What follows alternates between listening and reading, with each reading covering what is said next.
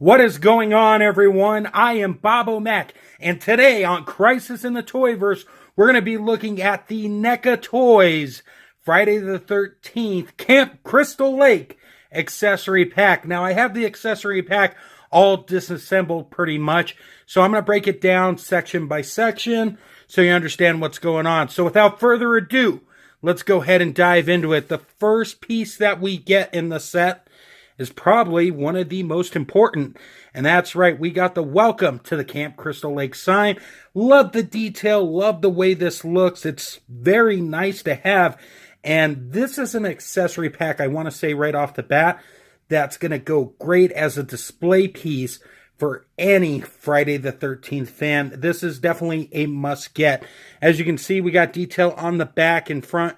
It's looking very nice. We got our first piece right here, and that is to attach the sign. So very carefully on camera with hands that are definitely not surgeon approved. I am just going to connect it. And as you can see, the sign will sway in the wind if you want it to and have it rock back and forth, which is very cool. I'm going to set that aside for a moment, and I'm going to talk about the next two pieces here, and that is the light signs that connect to that post. These are done very well. We got some great detail on the bowl pieces right here that connect. The only disappointing thing about this whole set is that there's no LEDs.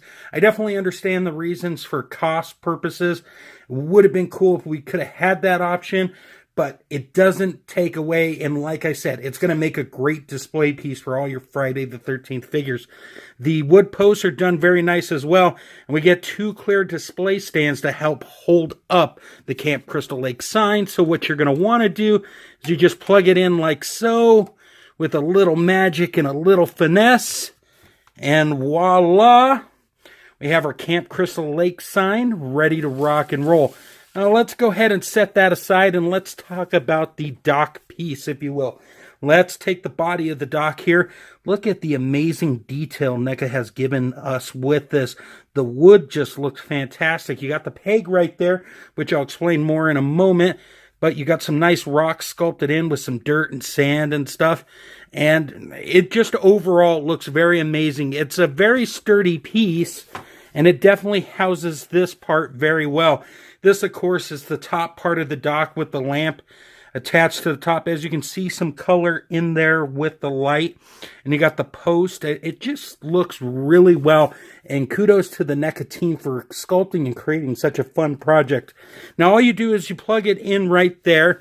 And our next two pieces are very important because they help hold the dock together. And that is these two pieces of wood right here. As you can see, they got peg holes, but they're sculpted and painted tremendously. And all we're going to want to do right now is just fit those in like so. And you have a working dock. Now, Freddy's tied up right there, so let's just bring in another NECA figure just so you can get an idea. Now, this one's a little taller, but as you can see, it just looks really cool if I say so myself. So now that we've covered the dock piece, let's talk about what I think is the main attraction.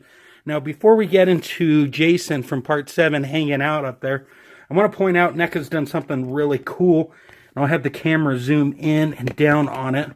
They've included two additional chain pieces in case any of the metal breaks, which I think is a nice added accessory, if I say so myself.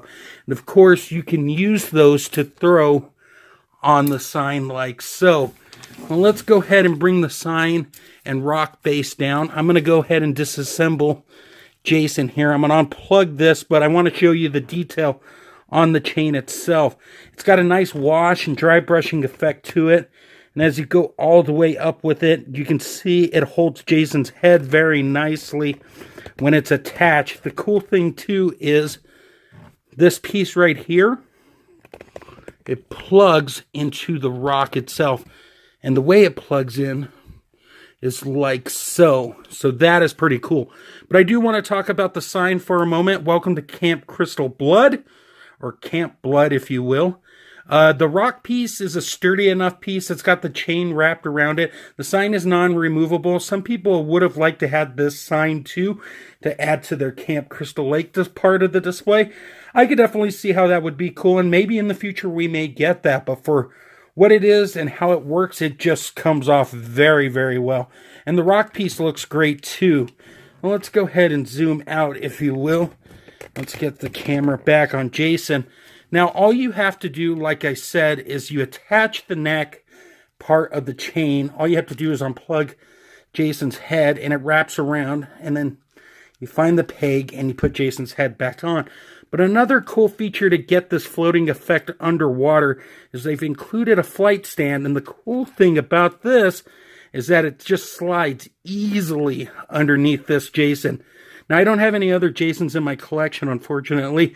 I'm working on changing that, but this is the first one I bought a few years back. And the base attaches with some pegs. You just plug it in, no problem. And all in all, I just think it's very, very cool, to say the least. If I can get Jason back in shot here. If you have an underwater background, or if you plan on putting this in an aquarium or such, it's just going to look really, really amazing and a great conversation piece. So that's going to wrap it up for this portion of the video. Let's go ahead and put everything together. And I'm going to share my final thoughts right here, right now. So to make a long story short, if you are a Friday the 13th fan, this is an accessory piece to have. If you enjoy doing toy photography, this thing works great too. Not only for Jason, but I'm sure you can find tons of other uses for it. So my opinion is this. If you have the money, and it's not that expensive, to be quite honest with all of you, go out and pick it up, because it is, a definitely fun piece to have in any toy collection.